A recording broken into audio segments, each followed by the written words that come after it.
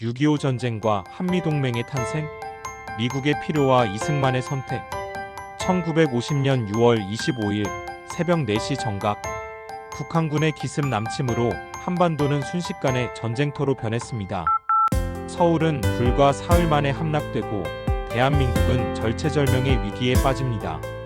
이때 대한민국을 구한 것은 바로 미군을 중심으로 한 유엔군이었습니다.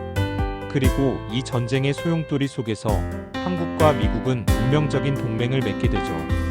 오늘은 한미동맹이 어떤 배경에서 탄생했는지, 그리고 그것이 우리에게 어떤 성과를 남겼는지를 살펴보겠습니다. 일부 전쟁의 충격과 안보 공백. 한국 전쟁 초반 대한민국은 속수무책이었습니다. 장비도 훈련도 부족했던 국군은 낙동강까지 밀려나며 나라의 존립이 위태로워졌죠. 하지만 메가더 장군의 인천 상륙작전으로 전세가 뒤집히고 서울이 수복되며 대한민국은 가까스로 숨을 돌릴 수 있었습니다. 그러나 이 전쟁은 한국인에게 뼈아픈 교훈을 남겼습니다. 우리 힘만으로는 나라를 지킬 수 없다. 안보를 보장해줄 확실한 장치가 필요하다는 절박한 인식이 자리 잡게 된 것이죠. 2부 미국의 전략적 이해관계. 미국 역시 한반도를 단순한 지역전쟁으로 보지 않았습니다. 냉전 구도 속에서 한반도는 공산주의 확산을 막는 최전선이었기 때문입니다.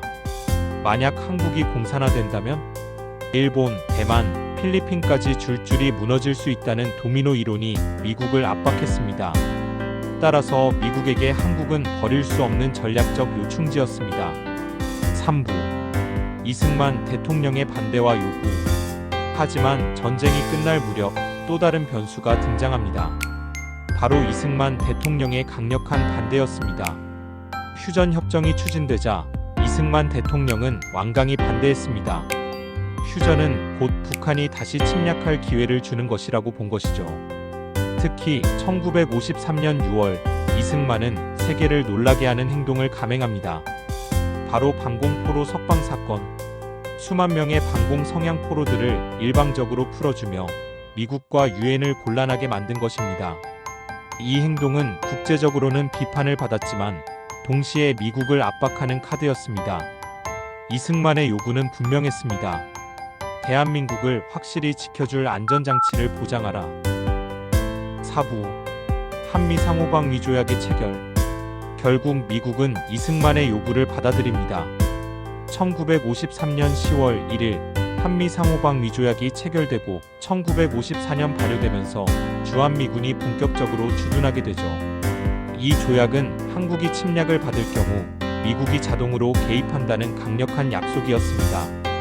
그리고 이것이 바로 오늘날까지 이어지는 한미동맹의 시작입니다. 5부 한미동맹의 성과. 1. 안보 보장. 주한미군은 북한의 재침을 억제하는 핵심 억지력이 되었습니다. 한국은 전쟁 공포 속에서도 국가를 유지할 수 있었죠. 2. 군사력 강화. 미국의 무기 지원과 훈련을 통해 한국군은 점차 현대화되었습니다. 나아가 베트남 파병을 통해 군사 협력은 더욱 공고해졌습니다. 3. 경제적 효과.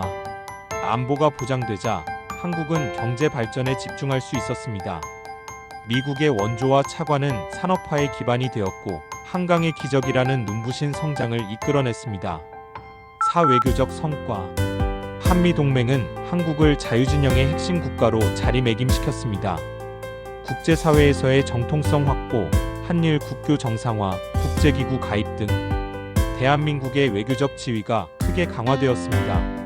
6부 한미 상호방위 조약은 미국의 냉전 전략과 이승만 대통령의 강력한 요구가 맞물려 탄생한 결과였습니다. 이 동맹은 단순히 군사적 협력을 넘어서 대한민국의 생존과 번영을 가능케 한 토대였습니다.